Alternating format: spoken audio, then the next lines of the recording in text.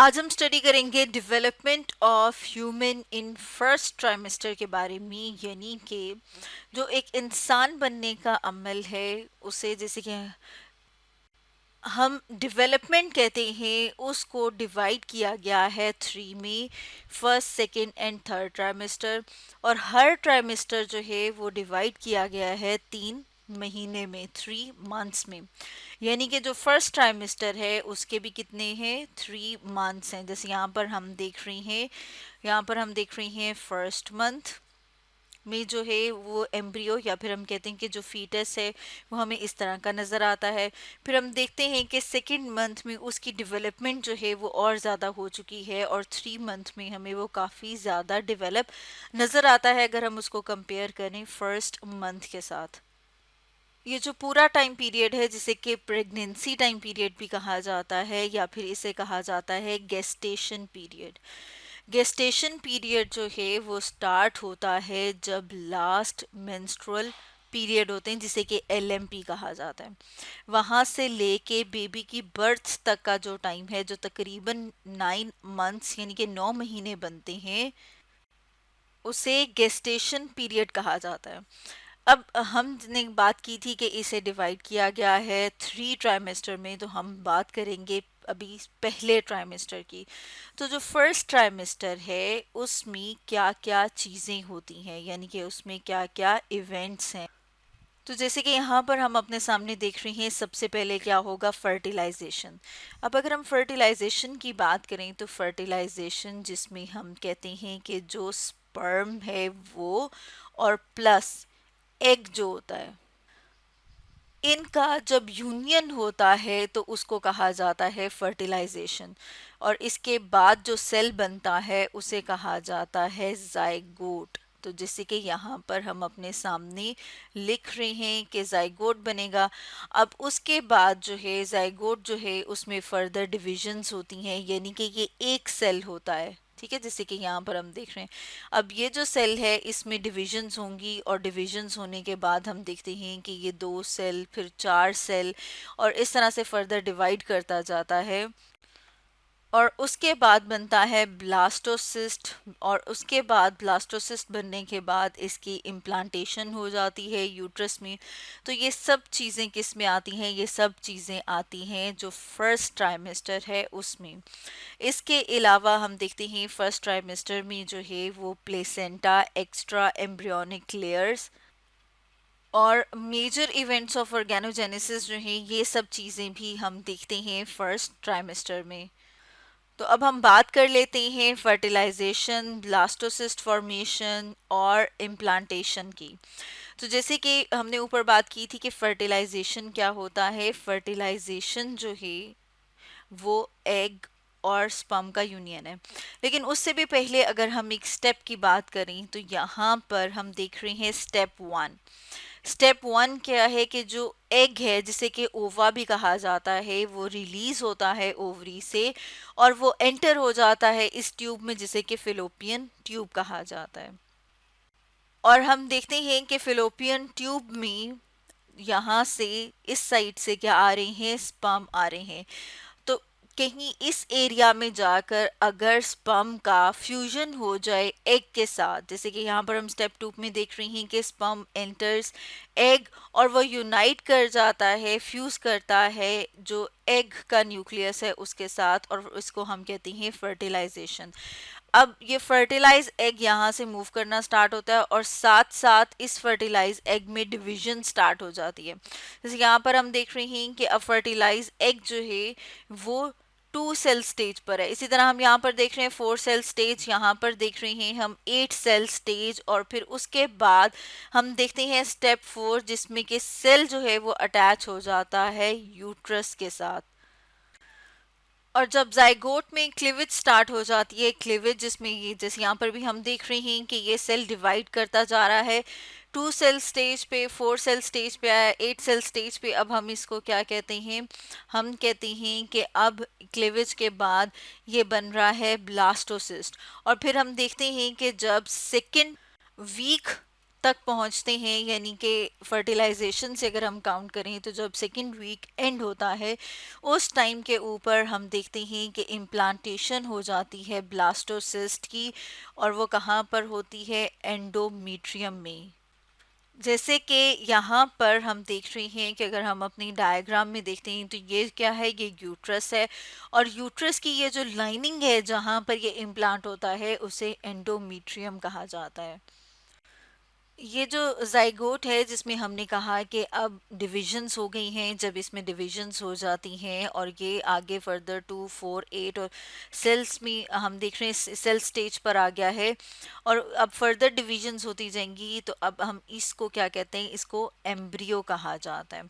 अब ये जो एम्ब्रियो है जब ये डेवलप कर रहा होता है तो 2 से 4 वीक्स तक की जो डेवलपमेंट है उसमें ये जो ग्रोइंग एम्ब्रियो है ये अपनी, अब इसको क्या चाहिए? इसको ग्रो करने के लिए, डेवलप करने के लिए न्यूट्रिएंट्स भी चाहिए। तो ये जो न्यूट्रिएंट्स हैं वो कहाँ से लेता है? वो डायरेक्टली ले रहा होता है एंडोमीट्रियम से, क्योंकि जब तक प्लेसेंटा जो है वो डेवलप करती है तब तक ये अपने न्यूट्रिएंट्स जो हैं वो यहाँ से ले रहा होता है। और हम देखते हैं कि ये जो ब्लास्टोसिस्ट एम्ब्रियो की ये वाली जो स्टेज है इसे ब्लास्टोसिस्ट कहा जाता है। इसको समझने के लिए यहाँ पर हम अपने सामने एक और डायग्राम भी ले आए हैं। इसमें हम इसको ज़रा क्लोजली देख रहे हैं, बड़ा करके देख रहे हैं। यहाँ पर आप देख रहे हैं कि ये यूट्राइन वॉल है और उसके ऊपर हमें नज़र आ रहा है ब्लास्टोसिस्ट।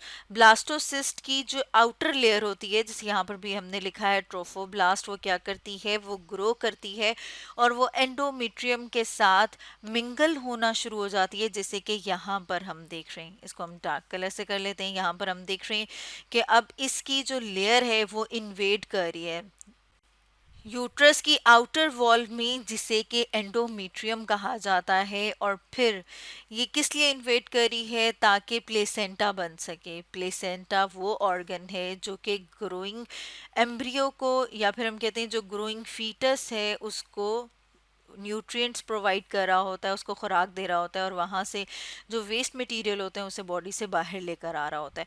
तो ये वाला जो स्टेप है जिसमें हम देख रहे हैं कि जो ब्लास्टोसिस्ट है वो एंडोमेट्रियम वॉल में जाकर यहाँ पर इसके साथ अटैच हो गया है, और इसकी आउटर लेयर ट्रोफोब्लास्ट जो है वो साथ इसके मिल के प्लेसेंटा बना रही है। इसे कहा जाता है इम्प्लांटेशन।